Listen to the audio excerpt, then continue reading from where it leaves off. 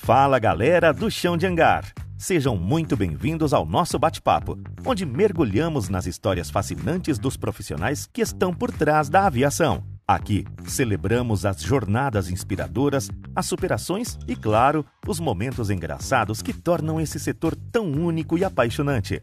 Nós somos Murilo César, técnico em estruturas aeronáutica, e Felipe de Paula, mecânico de manutenção aeronáutica, e neste espaço trazemos à tona as memórias e os aprendizados daqueles que fazem a aviação acontecer. Vamos ouvir relatos emocionantes de amigos que fizemos pelo caminho, relembrar empresas onde deixamos nossa marca e compartilhar as lições que nos moldaram como profissionais e como pessoas. Preparem-se para embarcar em uma viagem cheia de histórias surpreendentes, risadas e inspiração. Este é o Chão de Hangar, onde a aviação é contada pelos seus verdadeiros protagonistas.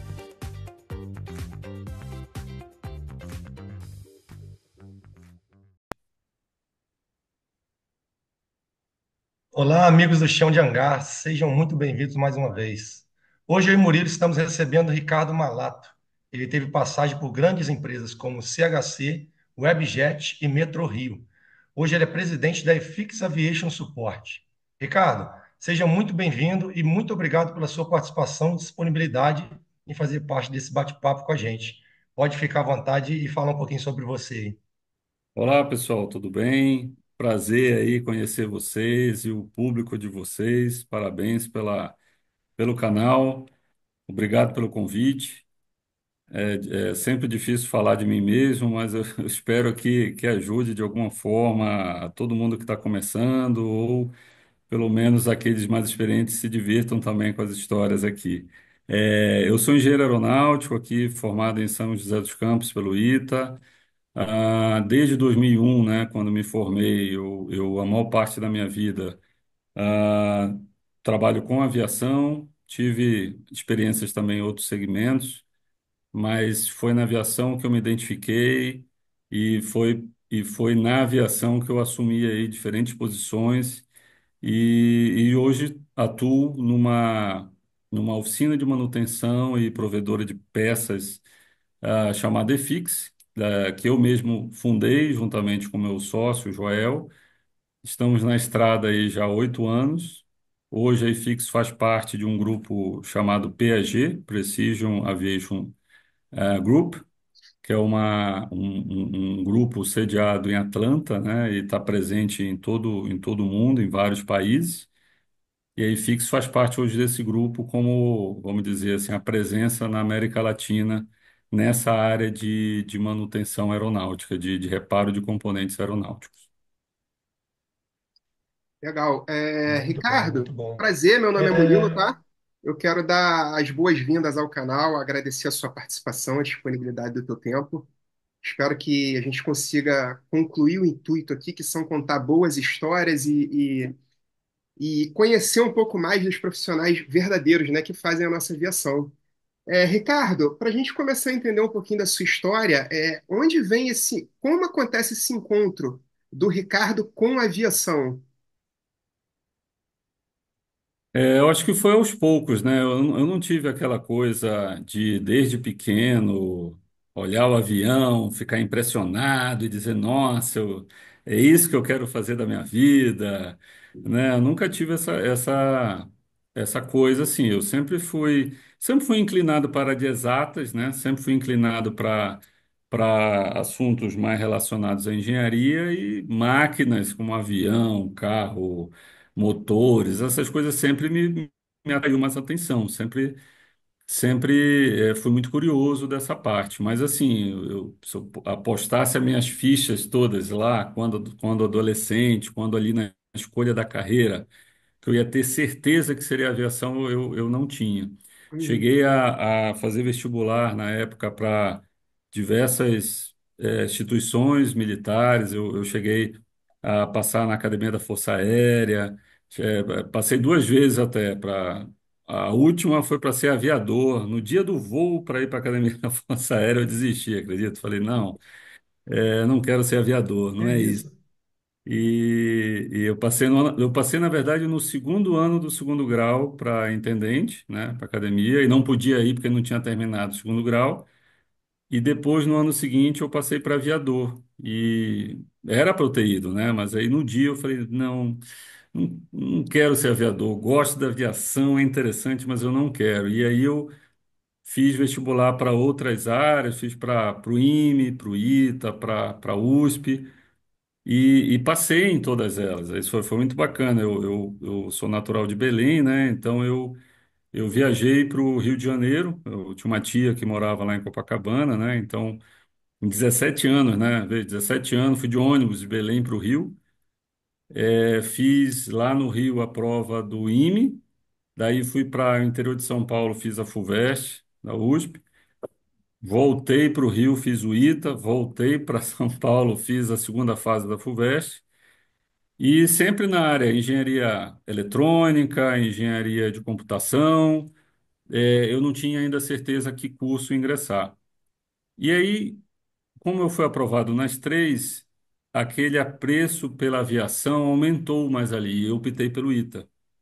E aí, no ITA, eu fiquei na dúvida entre engenharia aeronáutica e engenharia mecânica aeronáutica. Já voltado aí, nessa altura eu já estava, né, muito voltado ali para aviação. Aí, ao longo do ITA, escolhi o curso de mecânica aeronáutica, mas assim, aberto a quando me formar, trabalhar em alguma área técnica, consultoria. Os alunos do ITA são muito procurados, né, por consultoria na área de gestão, por banco, por diversas áreas. E lá no ITA vocês já ouviram falar, né, que se estuda bastante, é muito intenso a rotina e tudo mais. Então, quando eu terminei o curso, eu pensei assim, nossa, mas será que é para aviação que eu quero ir mesmo? Na época tinha uma vaga na Embraer ali, né? Tinha uma vaga na área de aerodinâmica na Embraer, que, poxa, é uma coisa que muita gente busca, muita gente quer, né? Uhum. Mas também tinha uma vaga no Banco Itaú. E aí eu, poxa, banco, Embraer, o que que eu faço? E eu falei, nossa, eu posso voltar para aviação depois. Deixa eu experimentar algo diferente. E eu fui trabalhar em banco. Trabalhei quase 2 anos no Banco Itaú. Trabalhei na área de inteligência de mercado, de business intelligence, na área de cartão de crédito, e fiquei fazendo análises de pessoas, do comportamento das pessoas na utilização do cartão de crédito, na ficha cadastral dessas pessoas, no, por exemplo, se a pessoa é casada, qual a renda, grau de escolaridade e que tipo de compra ela usava, né? Então a gente fazia as análises para ver assim, poxa, esse cara aqui, se a gente lançar uma promoção, ele vai gastar mais no cartão, vai se endividar, o banco vai conseguir ter mais retorno nisso aqui, naquilo ali, e aí aquilo fui gerando essas análises, eu dizia, poxa, isso é interessante. Mas não é para mim, não é o que eu quero. Eu, não, eu Legal. quero algo mais que tenha um propósito mais para mim, de verdade, que eu me divirta mais, que eu tenha uma vida mais emocionante, né? Porque botar lá aquele terno, ter aquela rotina de banco e dinheiro, dinheiro, só falando, eu falei, não, eu quero algo mais. E aí, no momento dessa de reflexão, as coisas acontecem, né? As oportunidades aparecem na nossa vida e a gente, às vezes, não pode pensar muito, assim, não tem que decidir. E surgiu o Shailon, meu grande amigo aí, Shailon. Ele tinha se formado alguns anos antes de mim, já atuava na aviação há algum tempo, já tinha uma consultoria, já estava aí com clientes. E ele me ligou, ele sempre fala que ele me seduziu para a aviação, que foi ele que me trouxe a verdade, foi ele mesmo. Mas eu já estava muito vulnerável para ir para a aviação. Foi só ele me ligar e falar de uma oportunidade, eu topei na hora. Então, eu saí de São Paulo diretamente para Macaé, através da nossa consultoria, eu assumi uma primeira missão, né, que foi na área de offshore, como gerente de manutenção de um táxi aéreo médio ali, na época era BHS, né? E era uma operação intensa, eram 15 na época tinha menos, eram 15 aeronaves, S-76 e Super Puma. E foi interessante porque eu era iniciante na aviação, tudo que a gente aprende na faculdade, a gente aprende a fazer muita conta, aprende a fazer muitas. análises estruturais, aquelas coisas que eventualmente vão ser usadas, por exemplo, no projeto de uma aeronave, mas da aviação civil mesmo, da regulamentação, da própria operação de aeronave, a gente não entra muito nesse detalhe na faculdade, né? Então era muita coisa nova para mim naquele momento, era muita, e eu era responsável por toda a equipe de manutenção, de planejamento, de compras, de CTM, e todo mundo esperava que eu tivesse respostas rápidas, né? As decisões que vocês sabem acontecem a todo momento ao longo do dia. Mas assim, as Uhum. pessoas foram muito generosas comigo lá, pessoas que já estavam há muito tempo, então eu fui me dando esse tempo para eu também aprender e exercer uma coisa que nem eu sabia que eu tinha, que é a liderança. Aquilo ali foi fundamental para mim, para decidir os rumos que eu iria tomar na minha carreira, né? Ali eu percebi que eu tinha a condição de ser líder, mesmo não dominando os assuntos que ali me apareciam. Uhum. Eu tinha a condição de liderar aquele pessoal todo ali e até gostar disso, porque realmente era uma pressão constante ali. Então fiquei ali por um ano, né, naquela operação intensa. Troquei com o próprio Shailon, né, que assumiu a missão lá. E daí entrei numa nova etapa na minha iniciante carreira na aviação, que foi na parte de consultoria. Aí eu comecei a fazer consultoria, saí daquela pressão de uma gerência de manutenção, né, que eu assumia ali toda aquela operação diária daqueles helicópteros, para uma vida de consultor. E assim eu fui, fazendo certificação de oficina 145, certificação de táxi aéreo e 121, né, de linha aérea. Então, certifiquei algumas oficinas. Na época, não sei se vocês vão se lembrar, tinha uma empresa chamada Cruiser. Trabalhei na certificação da Trip, da oficina da Trip. Trabalhei um pouco até na da Passaredo. Que mais? Fiz uma missão com o Shailon em Cabo Verde, na TACV, lá na Transportes Aéreos Cabo Verde. E aí surgiu mais um ponto de inflexão na minha vida, que foi a Webjet, linhas aéreas, que foi a certificação 121 da Webjet. Aí eu me dediquei totalmente a esse projeto. Não é da noite para o dia que alguém, vamos dizer assim, é agraciado por a oportunidade de começar uma linha aérea do zero, né? Eu pude participar disso. Eu tenho guardado comigo os dois ofícios, o ofício é um dos ofícios iniciais, que é aquele ofício lá pedindo aquela reunião inicial, né, da empresa aérea, e aquele ofício final, que é o recebimento na época era Cheta, né, do certificado de transporte aéreo. Então, assim, eu participei de todo esse nascimento da Webjet, que foi ali final de 2004 para 2005. E aí, quando a empresa nasceu, a empresa tinha um avião, né? Um avião 737, não era isso? 737-300, e ela foi precursora em muitos assuntos mesmo. Foi muito interessante o negócio. É, mas era um avião, né? Era um avião de uma empresa que tinha a pretensão de ser regular, aviação regular com um avião, e sem estoque, sem mecânico, sem nada. Era uma loucura, loucura. Porque o nome, né, o Webjet, é porque a ideia era ser tudo online, numa época que a internet não era vibrante como é hoje, não tinha essas redes sociais, né? Então a intenção era vender tudo online, tudo pela internet, zero agente de viagem, zero outros canais de venda, só internet. Então, foi difícil no começo porque não enchia o avião, não tinha tanto público assim. E operando com um avião, imagina, qualquer problema gerava atraso, gerava algum desconforto. E a gente usava muito a manutenção terceirizada da VEM, né, que era a antiga Varig. A Varig se desmembrou naquela época, né, e virou a VEM Engenharia e Manutenção. Então a gente usava o contato. A Varig no final estava no final da sua operação e a gente usava esse suporte da VEM. Então era intenso, porque a prioridade da VEM era atender a Varig, que ainda voava, mas tinha o nosso aviãozinho lá. Era o logo dela inicial, era um ponto verde ali no leme, que a gente chamava de ervilha voadora, né? Ervilha voadora. E a gente fazia de tudo para manter aquele avião voando. Aí a empresa parou, por questão financeira ali, interromperam a operação no final de 2005.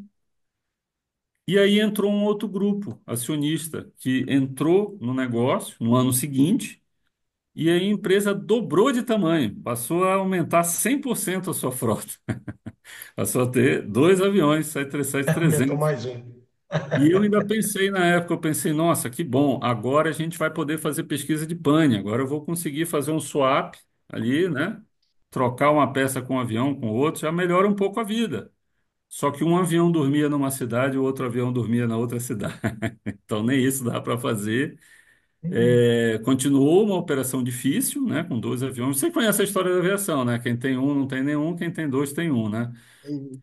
E a gente operou por É. mais um ano com dois aviões apenas, aviação regular, era Rio de Janeiro, Brasília, São Paulo, Porto Alegre. Operava de 11 a 12 horas por dia com esses aviões. Chegamos a fazer fretamentos, fretamento de time de futebol. Eu lembro que a gente trouxe uma vez o Internacional, de São Paulo até Canoas, quando eles vieram daquele campeonato mundial, que eles foram campeões mundiais lá. Barcelona. Exatamente, que eles Ah, jogassem. E sim. eles vieram até Guarulhos, e Guarulhos a gente trouxe eles até Canoas. Eu fui a bordo desse avião, foi uma experiência fantástica. O avião passou em cima do Beira-Rio, ali a torcida colorada ali, Legal. tendo aquele contato com o avião passando em cima, foi muito legal. Então, assim, passamos por isso tudo, mas a vida melhorou mesmo no ano seguinte, em 2007, quando a CVC entrou no negócio. A CVC entrou com um plano de crescimento, assim. A gente foi de 3 aviões para 24 aviões em 2 anos, 2 anos e meio, alguma coisa assim. Então foi intenso, assim. Foi 24 aviões, 737-300, aviões mais antigos, 19 bases de operação, que a gente teve que abrir base em um monte de cidade. Então, veja, abrindo base, trazendo avião, crescendo. Muitos desses aviões, a minha equipe nessa altura, aí nessa altura eu já tinha mecânico, né? Montei equipes, tinha estrutura, tinha estoque, tinha gente, tinha engenheiro, né? A gente conseguiu aos poucos. Nessa altura eu já era o diretor de manutenção, aquela fase de consultor ficou lá para trás, porque eu fui convidado a ser diretor da Webjet, né? Diretor de manutenção. Foi um outro ponto importante, de decisão na vida, né? Deixar de ser um consultor e estar livre para atender qualquer um e passar a ser um estatutário de uma linha aérea, que foi o que eu assumi, né? Entre 2006 e 2007, eu assumi essa responsabilidade. E a gente fazendo isso tudo ao mesmo tempo, quer dizer, trazendo avião, crescendo. Muitos desses aviões eu pessoalmente fui buscar avião na Indonésia, fui buscar avião nos Estados Unidos, na Nova Zelândia. Tem uma história interessante que eu fui buscar um avião na Nova Zelândia e ele não foi pelo Pacífico, né? O 737-300, ele deu a volta ao mundo mesmo, em zigue-zague. Ele foi da Nova Zelândia, ele foi lá para cima, foi para Dubai, depois foi ali, foi descendo, Itália, Porto, Cabo Verde, Recife e Rio de Janeiro. Foram 10 paradas. 10 paradas, cerca de 4 a 5 horas aí por perna. E a gente veio nesse avião a bordo, vinha a bordo e contando o prazo, porque quando ele chegasse no Brasil, praticamente já tinha voo vendido para ele. Tipo, ele chegava no sábado, na segunda ele já ia entrar na operação, na E malha aérea. ô, Ricardo, e quando essa frota de vocês aumentam, vocês mantêm o 737 ou vocês fazem alguma alternância de modelo? Não, né? Por isso que eu te falei, né? Que a Webjet foi muito precursora em muitas coisas. Essa ideia do conceito low cost, low fare, de verdade. Isso foi antes Gol, né? Do low cost Gol, né? Isso, porque a Gol, ela veio com essa história do low cost, mas a Gol nunca foi low cost de verdade, low cost, low fare, Só no entendeu? lanche, É, só só no no lanche dentro lanche. do avião.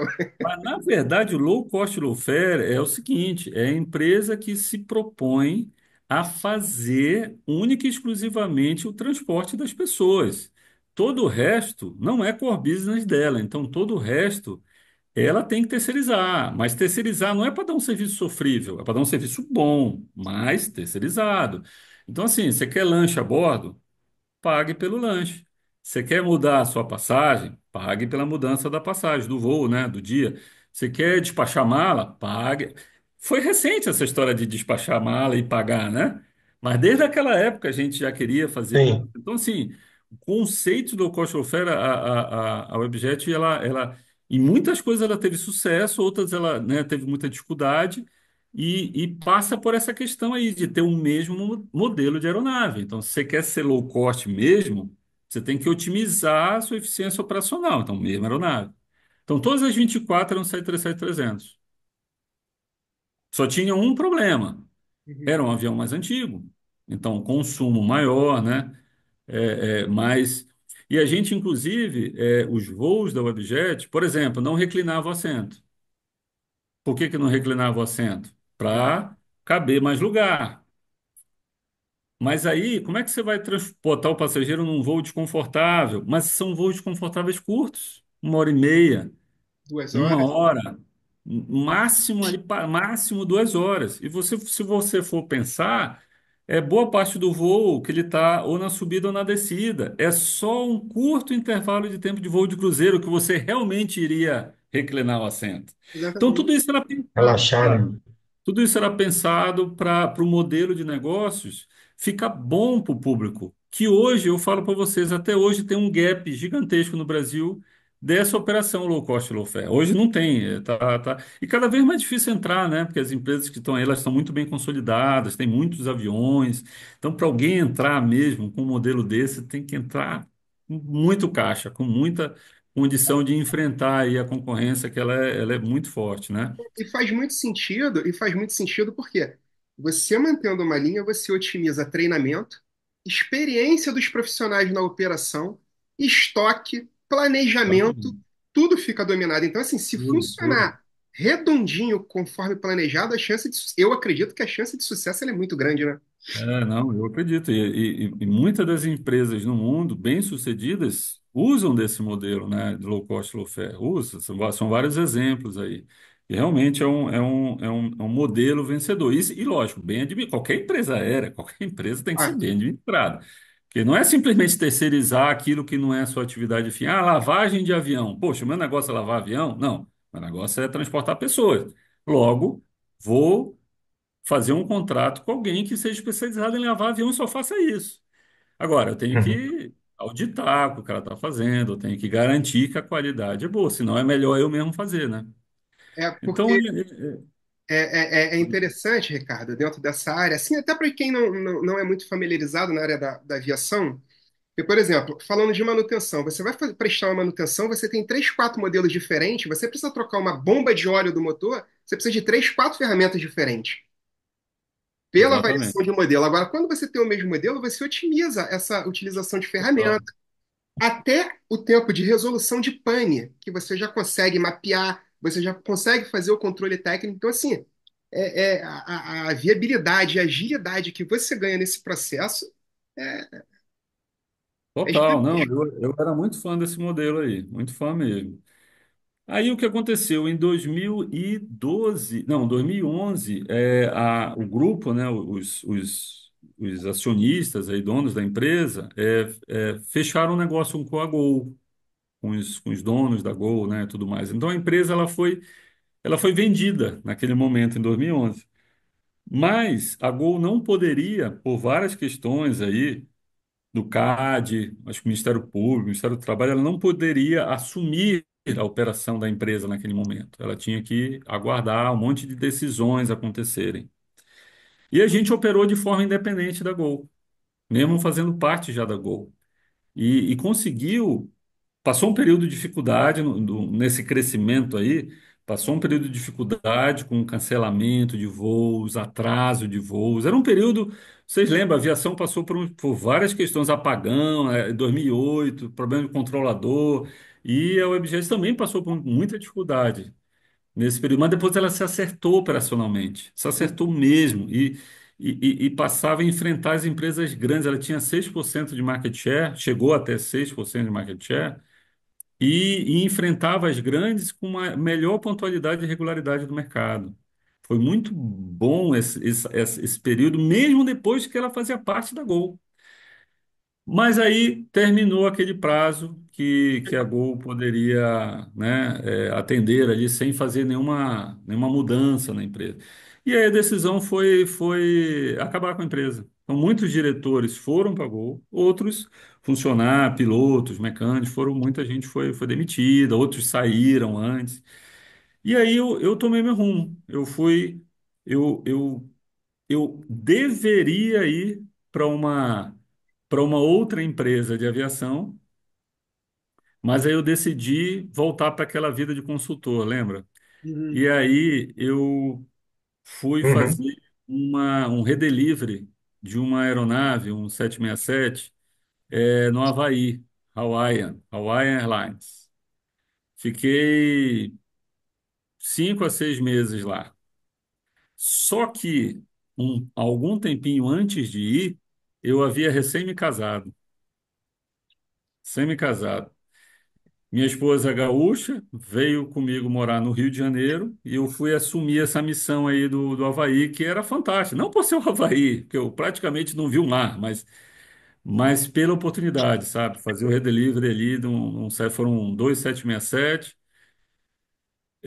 Mas aí chegou aquele ponto crucial que eu via que aquilo não dava certo. Ou traria minha esposa para ficar comigo, eu teria que voltar para o Brasil, eu não tinha condição de continuar aquilo ali. Ainda mais que essa vida de redelivery, você sabe que você está num país, eventualmente você pode ir para outro, né? E eu estava ali no meu início de casamento, falei, não, eu vou ter que tomar Uhum. uma outra decisão importante na vida. E eu tomei a decisão de abrir mão. Falei, não, não, não tem, indiquei uma outra pessoa e assumi algo que não tem nada a ver com a história, que é a gerência de engenharia e manutenção do metrô do Rio de Janeiro. De 0 a 100, né? Exatamente, cara. Foi uma oportunidade que não estava exatamente no meu radar, mas que eu assumi de coração, me apareceu e eu fui com tudo. E foi muito bom, porque esse ramo metroviário também são de pessoas apaixonadas pelo setor, né? Igual a gente é na aviação, eles também são. E vou te dizer que é tão ou mais agitado e complexo que a aviação. A aviação, se um avião de passageiro atrasa 1 minuto, as pessoas nem percebem, né? Estão lá a bordo, estão ali esperando o avião sair do chão, tá tudo bem. Agora, um trem atrasar 1 minuto, um metrô atrasar 1 minuto, vira um caos. É, É, o Brasil, vocês sabem disso, né? Muito carente dessa infraestrutura. A gente está bem atrasado de quando a gente poderia estar, né? Tanto no metroviário como no ferroviário. E falando rapidamente da parte técnica, são vários segmentos ao mesmo tempo, né? Você está lidando com viadutos, está lidando com a parte de telecomunicações, com a parte elétrica, com a parte mecânica do trem, com a engenharia civil dos dormentes e trilhos. Então, eu entrei igual aquele momento que eu entrei na aviação lá. Eu entrei num negócio que eu não sabia nada. E tive que ali aprender com as pessoas que estavam ali, mas aí toda aquela bagagem de liderança que eu absorvi, que eu aprendi, que eu trabalhei, eu usei tudo ali, usei com força mesmo, porque muitas pessoas sabiam o que tinha que fazer, mas faltava aquela orientação. Então, na área que eu assumi ali, eu pude trabalhar ali, pude transformar algumas coisas ali dentro do metrô, né? Foi muito bom. Mas duas coisas me incomodavam. O fato de eu não estar trabalhando com aviação, que embora eu gostei muito do setor, mas ainda me faltava aquela. Eu tinha aquela saudade da aviação. uhum.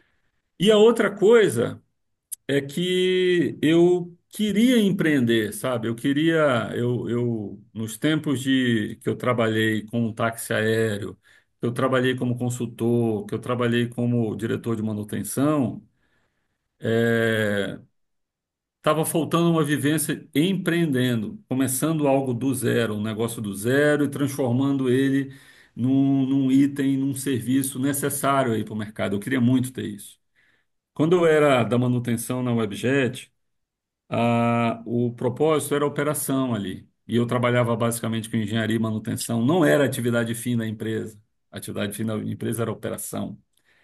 Então eu queria fazer algo, empreender numa área em que a atividade fim fosse a manutenção, que esse fosse o serviço que eu estivesse vendendo.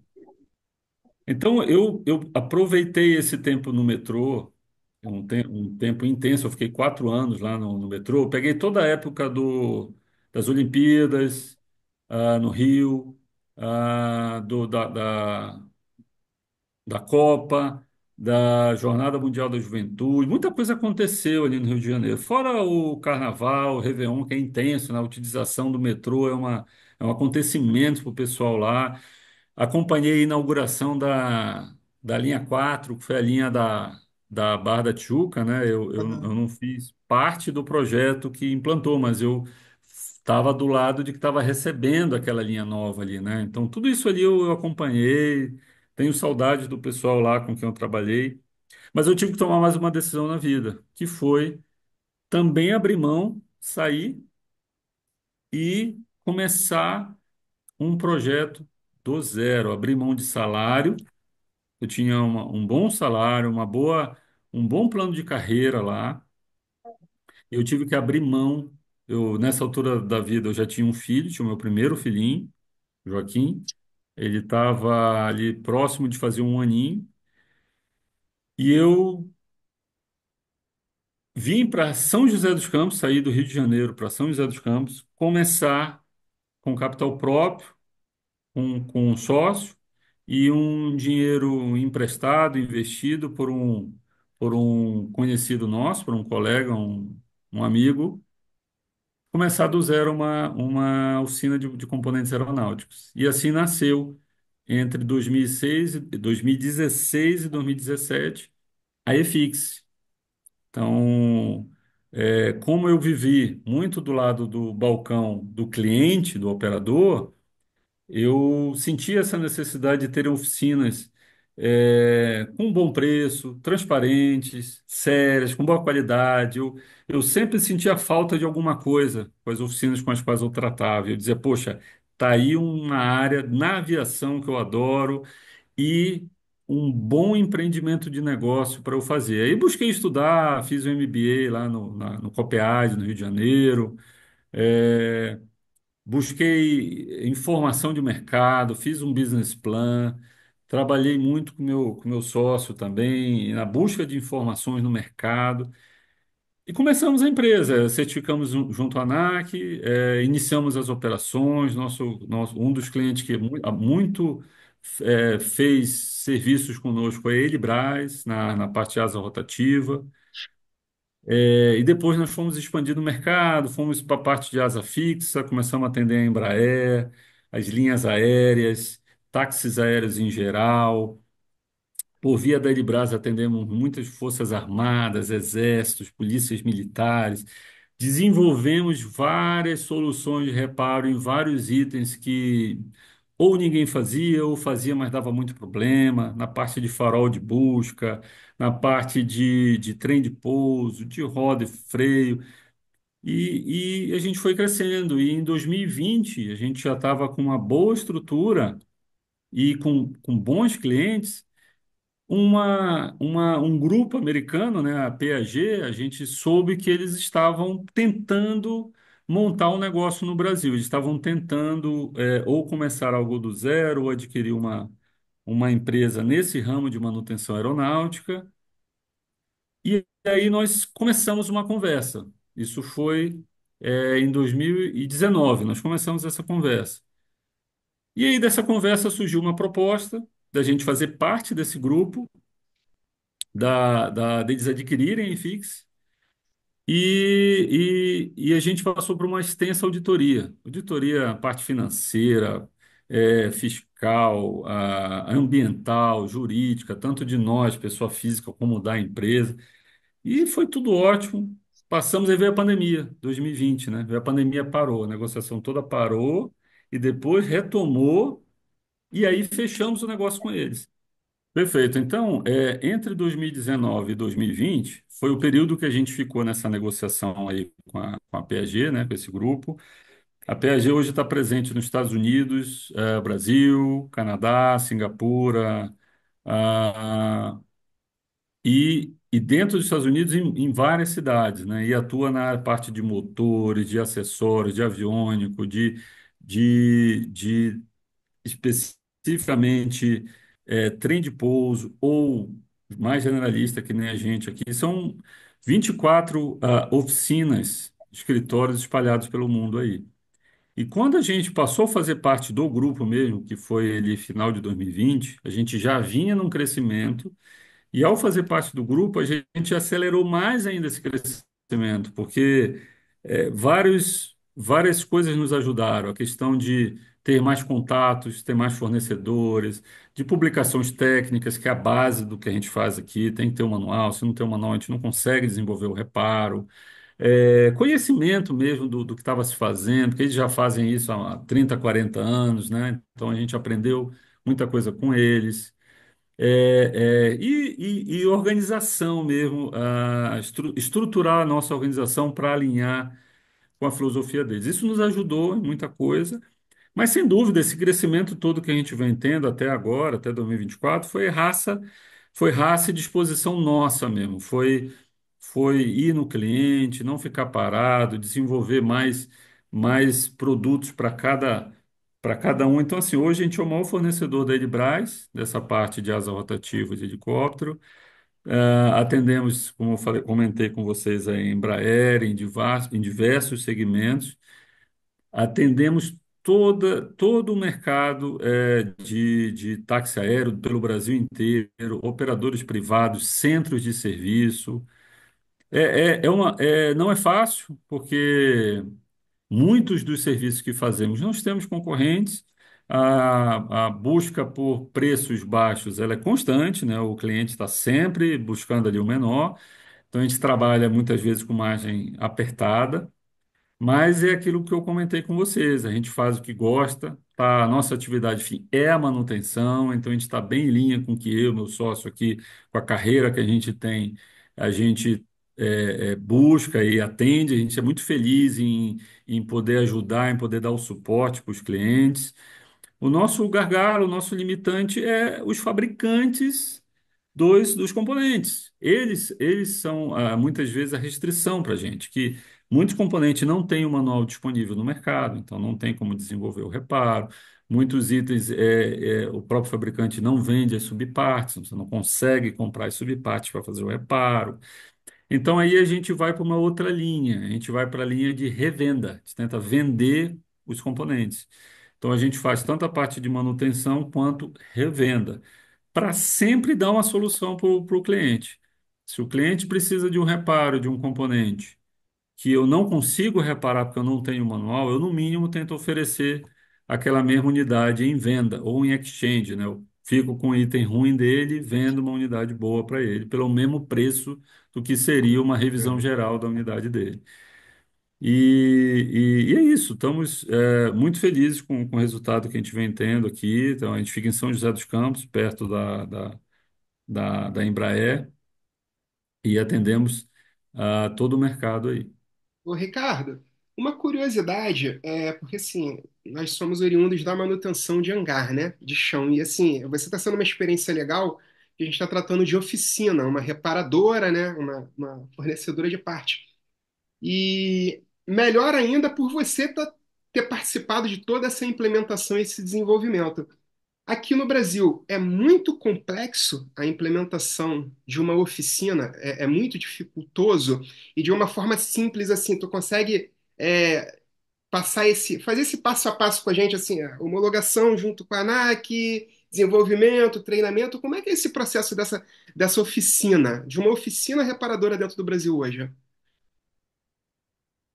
Perfeito. Essa parte de. Vamos falar da parte de certificação, depois eu falo da operação. Essa parte de certificação, ela evoluiu muito, né? Hoje em dia, não tem como alguém falar que é uma oficina de manutenção. Por exemplo, no meu caso aqui, né, de componente aeronáutico, sem ela ser certificada pela ANAC. Não faz sentido, mas muitos anos era possível alguém aí fazer reparo no componente sem ser certificado. Então, assim, isso não tem nem o que se falar, tem que ter a certificação pela ANAC, assim como aquele componente que ela repara tem que estar na lista de capacidade dele já revisada ali pela ANAC, né?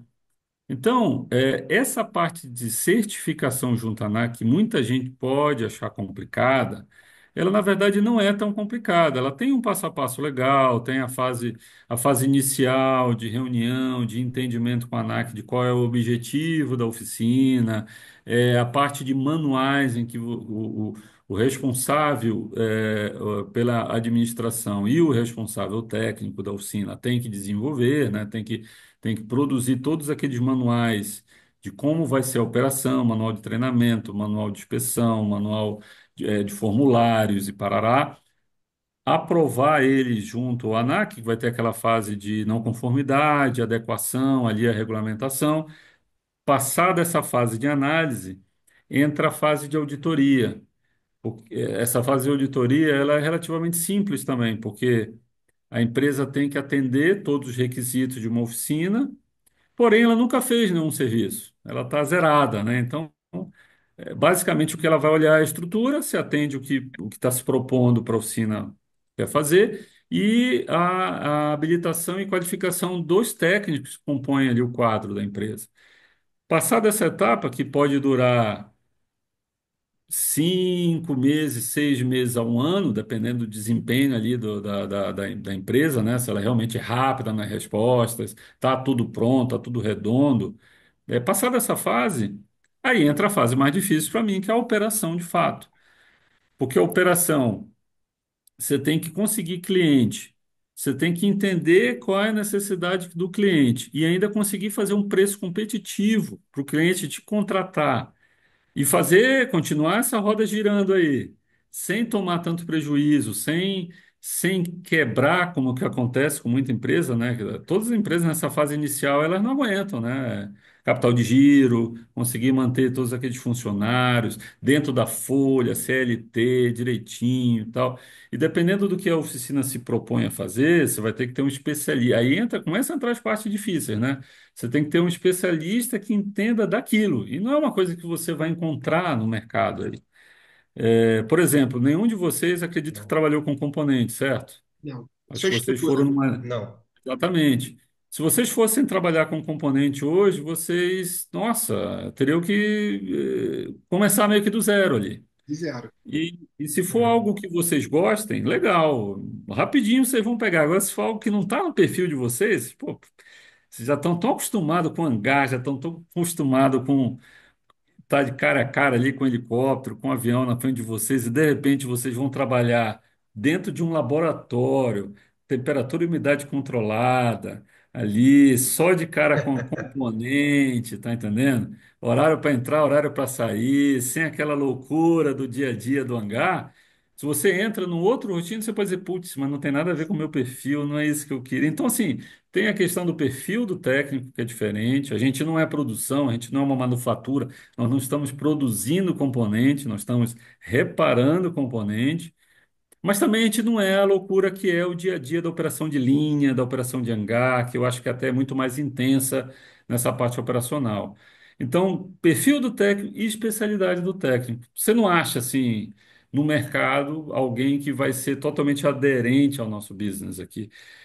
A maioria dos casos aqui a gente desenvolveu mesmo, teve que desenvolver o profissional para fazer essa atividade. Outra coisa que embora a gente faça um exemplo, né, Starter Generator que a gente faz, né, é o mesmo componente, mas dependendo do modelo, dependendo da aeronave ao qual ele vai ser instalado, tem muitas particularidades, tem muitos detalhes, Ferramenta. né, que aí vai o dia a dia do técnico, o dia a dia da nossa experiência aqui. Então, essa parte de operação, para mim, ela é bem complexa, tanto da parte de administração, de você conseguir fazer um negócio rentável, que se pague e prospere, quanto da parte técnica mesmo. Todo dia a gente se depara apesar de não ter essa operação tão intensa quanto a turma tem na linha, mas é muita coisa fora da rotina que vai acontecendo para a gente todo dia aqui também. Hoje, hoje você deve esbarrar muito na questão da mão de obra, né? Igual você estava falando, porque, primeiro, para achar o perfil da pessoa, e geralmente quem já está com experiência não quer trocar, né? Igual você estava relatando aí. Então, assim, você tem algum projeto, ou a empresa pensa em algum projeto para estar fazendo trainees, para estar fazendo, pegando o profissional do começo e estar construindo ele dentro da empresa, focado nessa área? Vocês têm algum projeto voltado a isso? Isso, a gente já faz isso, né? Que é buscar, lógico, tem a turma mais antiga, que já está com a gente há bastante tempo, né? Sim. Mas a gente também busca alunos de escolas de formação. A gente tem uma aqui próximo em Taubaté, tem outras escolas em Hum. São Paulo, aqui mesmo em São José. Então a gente tenta trazer, eu digo tenta porque nem todos vingam, né? A gente pega um grupo ali, do grupo Claro. metade fica Uhum. e a gente vai desenvolvendo, porque quando você pega alguém muito novo, ele é novo em tudo, ele é novo, né? Ele é novo Sim, até na maturidade profissional mesmo, né? Então você tem que ir formando, é tempo, leva meses, anos, para o cara começar sim. realmente a ter condição de trabalhar com alguns artigos do início ao fim. E o outro ponto crucial nessa história é a habilitação, né? Vou Porque perguntar. ele vai ter que ter a carteira. Então a gente lida com as três situações aqui, de formar alguém, mesmo que novo, de ter alguém experiente e de ter alguém com carteira em dia ali, né? Que nem sempre a mesma pessoa que é experiente tem a Uhum. carteira. Ou você tem alguém que é muito bom iniciante, mas ele ainda não tem a carteira. Então, você tudo isso a gente tem que levar em consideração na hora de compor o quadro aqui.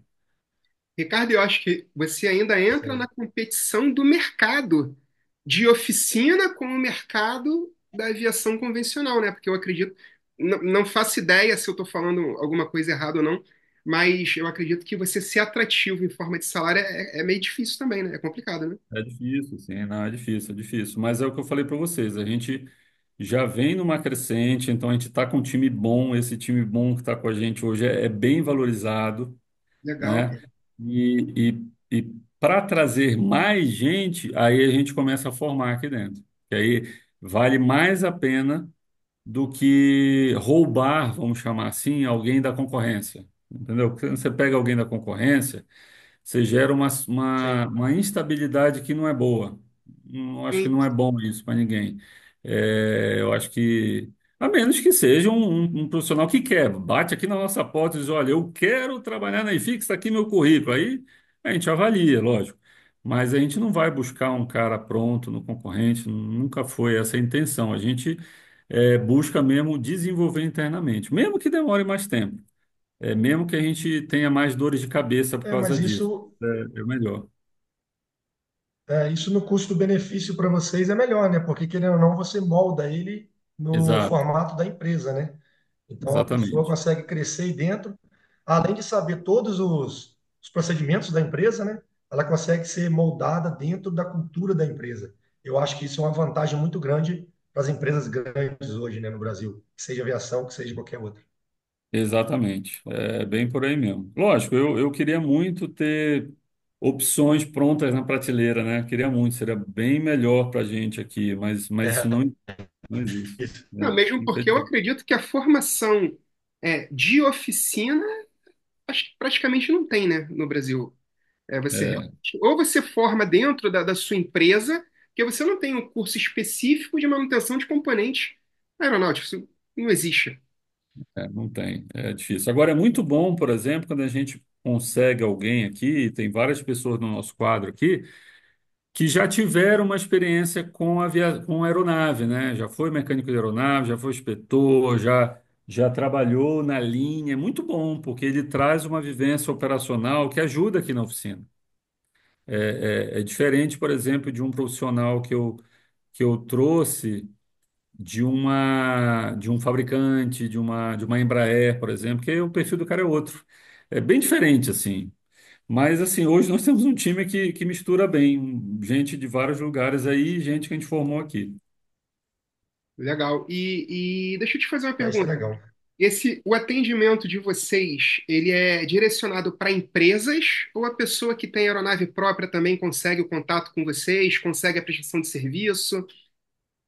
Sim, a gente atende todo mundo.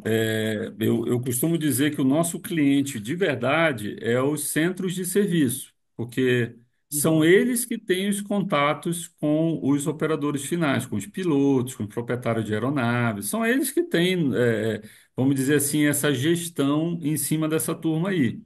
Então, quem normalmente nos contrata são esses centros de serviço. Mas também muitos operadores finais às vezes nos procuram diretamente, ou porque já nos conhecem, já confiam e já mandam direto o componente para a gente, ou porque, mesmo quando a aeronave deles está num centro de serviço, eles dizem assim: não, eu quero que faça para a IFIX, pode mandar para a IFIX. Então, tem todos os tipos, aí, tem todas as situações. Às vezes a gente lida com o piloto, lida direto com o proprietário, lida com o centro de serviço, varia muito, sabe? Mas eu confesso que assim, que o cliente mesmo é o centro de serviço. Eu não tenho como saber todos os operadores, muito menos a quando vai ser a parada deles, quando é que eles vão parar, e onde eles vão parar. Eu não tenho esse acesso, né? Entendi. E deixa eu te fazer uma Show. pergunta com E esse relação. acesso. Vai, Pode ir, Felipe, Murilo. agarramos? Não, só ia perguntar essa questão desse acesso. É porque aqui travou, aqui trava um pouquinho, aí eu perdi um pouco o feeling. Essa questão desse acesso do cliente final com você, esse acesso ele é simplificado, por exemplo, você tem um site que a pessoa consegue acessar você, tem aquele Contact Us, tem alguma coisa mais simples para eles chegarem direto à empresa? Temos o site nosso, né, que hoje ele até já faz parte do site do grupo PAG. Temos as redes sociais, temos os telefones de contato, e-mail, e tem a própria indicação mesmo do centro de serviço, que normalmente eles nos indicam. Quando a gente consegue firmar aquele contato, a gente sempre está retornando, sempre está sondando se tem alguma necessidade futura. Então, são esses aí os canais. Legal. O Show. Ricardo, com relação a parte de reparação de componentes, existe algum tipo de prioridade no serviço que ele está sendo executado? Você já tem uma média estipulada de trabalho para tudo aquilo que vai ser feito? Ou o cliente ele consegue, por exemplo, estou em UAG aqui, eu preciso de um gerador e eu preciso desse reparo pronto. Como funciona essa logística de vocês? Os componentes, todos os componentes, eles têm um tempo médio normal de serem revisados, né? Certo. Você é um componente aqui que normalmente se leva de 2 a 3 dias para ser revisado. O mundo perfeito, o mundo ideal seria a gente que toda essa logística somos nós que fazemos. Tudo isso, ir lá coletar o componente. O cliente ele só avisa, olha, eu tenho um componente aqui que precisa de revisão geral. A gente vai, coleta onde ele estiver, traz aqui para a oficina, faz a revisão, faz todo o acabamento, pintura, deixa ele como novo, como se fosse uma unidade nova. Faz toda a embalagem, todo o processo de embalagem e entrega de volta onde ele estiver. Ele não tem preocupação nenhuma com isso. Esse custo, obviamente, já está no preço que a gente está fazendo, então a gente tem que ser competitivo. Não importa onde o cliente está, se é um cliente de Goiânia, se é um cliente, de Fortaleza, se é um cliente do Rio Grande do Sul, a gente tem que estar com preços adequados que já contemplam essa logística, né? Uhum. Então, o mundo ideal seria o seguinte: o cliente é, me avisar do componente, avisar nossa equipe aqui do comercial, a gente coletar, em 2, 3 dias fazer a revisão, o cliente aprovar, a gente faturar e entregar de volta. Mundo perfeito. Legal. Mas acontece de tudo, de tudo. Acontece. Acontece do cliente avisar que tem um componente e a gente nem sequer coletou, ele já está pedindo orçamento, já está pedindo para entregar de volta, que ele está com pressa, que ele está em AOG. E acontece também da gente coletar o item, fazer já toda aquela inspeção, enviar o orçamento e o componente ficar 1, 2 meses parado aqui aguardando a aprovação do cliente. Entendeu? Porque como a gente trabalha com o componente, e não com a aeronave, às vezes, exemplo, a aeronave parou para um cheque maior. E nesse cheque maior, os componentes foram enviados para a oficina. Então, enquanto aquela aeronave está em cheque, ela não está voando. Então, às vezes, não tem aquela pressa. É, Não tem aquela pressa de aprovar o orçamento. Então, aí o componente fica aqui aguardando a aprovação. Então, a gente trabalha muito com esse senso de priorização. O cliente tem pressa, ele quer para agora, ok, vamos para agora. Não tem, segue o fluxo normal da oficina. E muitas vezes o cliente não aprova mesmo, ele diz, ah, não, mudei de ideia, manda de volta. E a gente normalmente não cobra por essa inspeção. Essa inspeção aí em que a gente confirma, lógico, tem um orçamento prévio. E às vezes esse orçamento prévio ele é alterado dependendo da condição do componente que a gente está inspecionando aqui. E às vezes o item na cabeça do cliente deu bare, o componente ficou caro demais, eu não tenho como aprovar. Aí a gente entrega de volta. Não cobra por essa inspeção. Então tem todos os casos possíveis aqui, mas, em geral, os itens têm o seu prazo médio, sim, de reparo. E como a gente lida com muitos componentes diferentes, é como se a gente tivesse várias oficinas dentro de uma oficina. Eu tenho a oficina de hidráulica aqui, que é só itens hidráulicos, tenho oficina de elétrica, tenho oficina de combustível, oficina de bateria, oficina de start generator, oficina da parte de guincho e cargo hook que a gente faz também. legal. Então é bem complexo e diversificado aqui o negócio. Então, é um centro de manutenção de componentes. É grande, né? É grande, são 1.600 metros quadrados aqui de estrutura de oficina. Pô, Você legal, tem cara. ideia de quantos colaboradores hoje a empresa tem? Diretos, 30 e poucos, assim, 33, e tem vários indiretos, vários terceirizados que Uhum, acabam apoiando a gente na estrutura, né? Estrutura de TI, de legal. faxina, de contabilidade, parte de usinagem, é, tratamento superficial. Então, a gente tem uma rede ali de apoio, né? Legal. É Muito interessante. bom. O Ricardo, ó, muito legal esse bate-papo, tá? A gente já está chegando aqui na parte final, está sendo bem diferente para a gente, principalmente se tratando dessa parte de oficina, que não é muito a nossa vivência, né? A nossa vivência ela é mais de hangar. Saber um pouquinho mais da sua história, conhecer um pouquinho mais sobre o profissional, que é interessante a tua história, né? Porque o que eu falo é o seguinte, dentro da aviação você não pode ter medo. E você é um exemplo disso, como eu passei também, o Felipe passou também. Você vê uma oportunidade, saiu da aviação, foi para dentro de um banco, daqui a pouco você largou, voltou, entrou no metrô, abriu uma empresa e em nenhum momento do teu discurso você percebe assim arrependimento ou qualquer tipo de lamentação por uma escolha errada. Pelo contrário, só absorção de experiências, né? E aprendizado. E assim, isso é muito legal. A gente está chegando aqui na parte final. Nós vamos te fazer algumas perguntas, coisas simples, mas que faz parte do nosso cronograma. Dentro da tua carreira, da tua experiência, o que que você pode dizer que a aviação representa na sua vida? Para mim é o que eu mencionei mais cedo, é um propósito, né? Eu acho que a aviação está dentro do meu propósito de vida, assim. Lógico que um dia eu posso mudar, posso até empreender em outra área, posso trabalhar em outro lugar, mas eu me sinto muito bem dando suporte à operação dos clientes com quem a gente atua. Para mim, isso é um propósito. Quando a gente resolve um problema de um cliente, eu não estou nem vendo a aeronave dele decolar, porque a gente trabalha fora de aeroporto, né? A gente trabalha numa área externa. Isso é uma outra coisa interessante, né? Porque eu não preciso estar dentro do aeroporto, né? Eu estou Sim, fora. Então eu nem vejo a aeronave do cara decolar, mas eu me sinto como se eu estivesse vendo, que eu sei que a gente resolveu a vida dele, ou quando não resolveu do ponto de vista de operação, eu resolvi do ponto de vista de custo, que a gente deu uma solução muito melhor, mais barata para ele. Então, isso para mim a aviação representa um propósito de vida e de trabalho. Legal. Outra pergunta nossa é a É, seguinte: quem foram os seus maiores professores dentro da aviação? É difícil enumerar assim, porque sempre eu tento aprender um pouco com todo mundo, né? Todo mundo tem algo a contribuir, mesmo que seja para ensinar algo que não se deve fazer, eu tento aprender, sabe? Mas foram muitos. O Shailon foi um cara importante para mim, que abriu uma porta ali.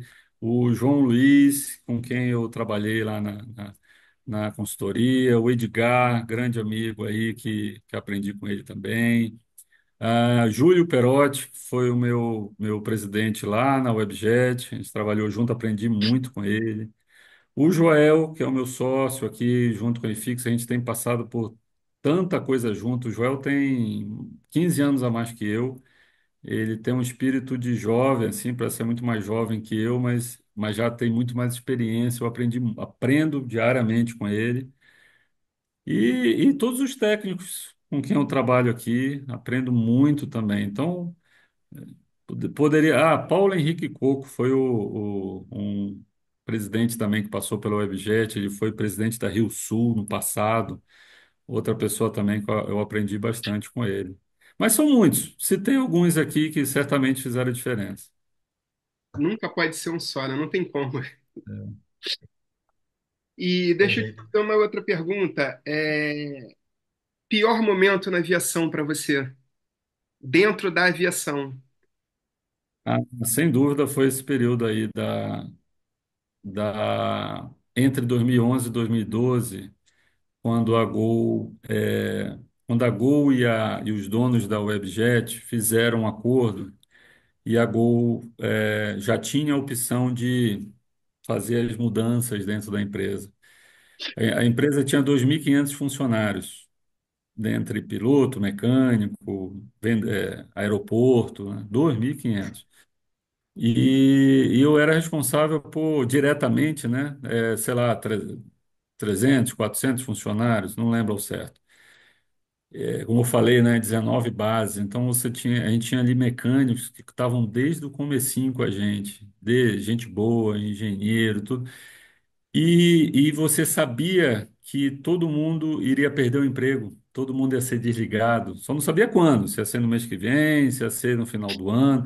E você via aquelas pessoas trabalhando com afinco, trabalhando assim como se não houvesse, literalmente como se não houvesse amanhã, e você sabendo que aquilo tudo ia acabar, e eu mesmo, particularmente, teria que tomar uma decisão para a minha vida, se eu ia para aquele grupo, como muitos diretores, colegas meus foram, se eu iria sair, o que que eu iria fazer, e eu tive que tomar decisões difíceis ali, porque eu não podia fingir que eu não me importava com aquilo, né? Não podia fingir que normal, todo mundo que trabalhou, que começou a empresa, que fez a empresa chegar naquele resultado, ser mandado embora, sem haver aquele mergem, né? Sem haver aquele aproveitamento da turma boa, né? Que toda empresa tem gente boa, gente que não é tão boa.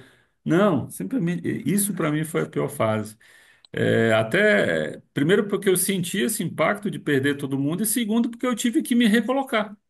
Eu tive que me recolocar. E foi aí que eu acabei entrando no metrô, né? Então foi barra essa fase aí.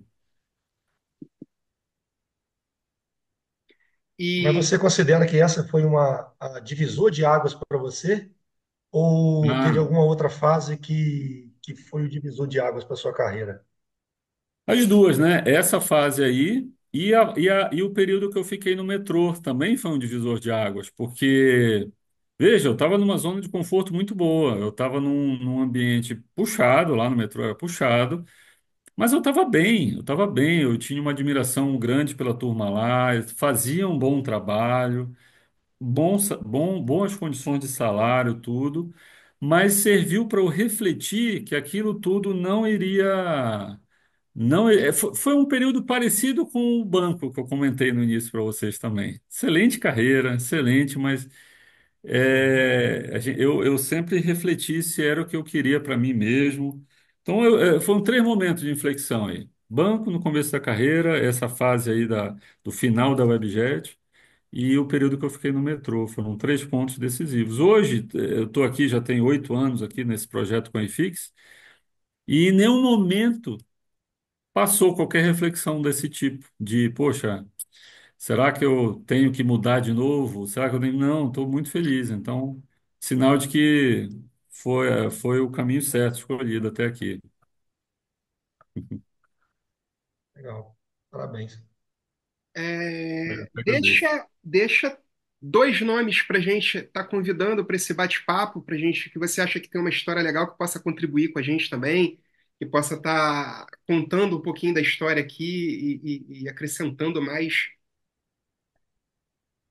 Olha, o meu sócio, Joel Luiz, é um cara que vocês certamente não conhecem, porque ele veio de uma outra aviação, né? Uma aviação de carga, é, de linha aérea.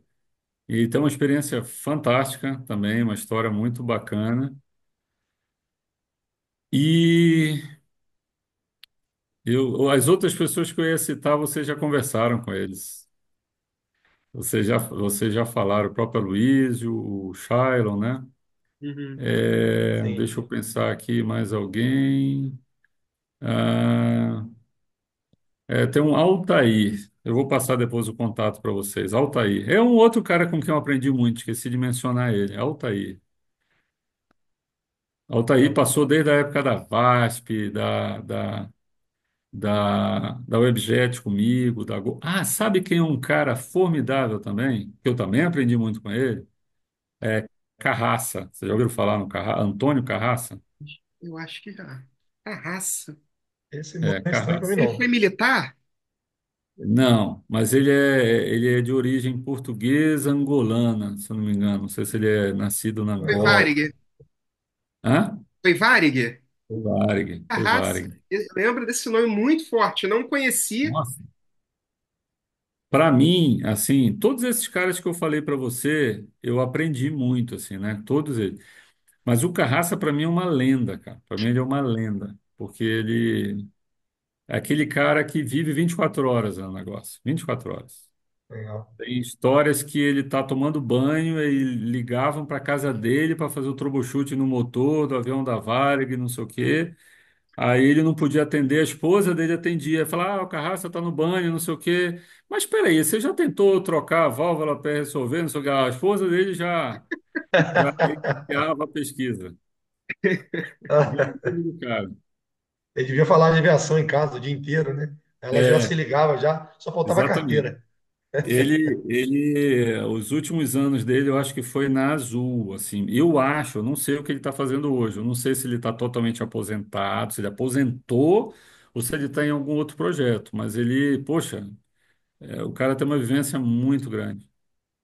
Então é Carraça, Altair e o Joel. São as duas Legal. pessoas, as três pessoas que eu indicaria.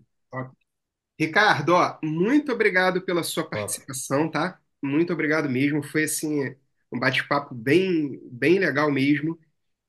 Agradecer mais uma vez a sua disponibilidade, o seu tempo. Eu sei que a corrida é difícil para todo mundo. Nós também estamos nessa fase de trabalho, mas a gente está tentando construir esse projeto aí para poder estar contando um pouquinho mais dessas histórias, esclarecer algumas dúvidas, fazer as pessoas entenderem o que realmente é a aviação, por onde ela começa, como ela anda e aonde que traz tanto amor e carinho por quem participa da aviação em si, tá?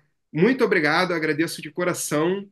Felipe, se quiser falar alguma coisa, Não, eu só tenho que agradecer, cara. Ricardo, obrigado aí pela disponibilidade, pela essa história aí magnífica. Cada dia mais eu aprendo com a história dos nossos convidados, sabe? Isso serve de exemplo para mim, né? Acho que para todo mundo que está assistindo. Admiro demais toda a sua coragem, de todos os desafios, né? De estar abrindo mão de uma coisa para estar entrando em outra, sem saber se está certo, se não está, mas naquela sensação de dever cumprido, de que eu tinha que tentar, tentei e deu certo. Então, assim, cara, te dar parabéns pela sua carreira, te desejar muito sucesso, né? Que a EFIX cresça ainda mais, né? E se Deus quiser, um dia a gente possa se conhecer pessoalmente aí. E Só tem a agradecer e te desejar tudo de bom aí.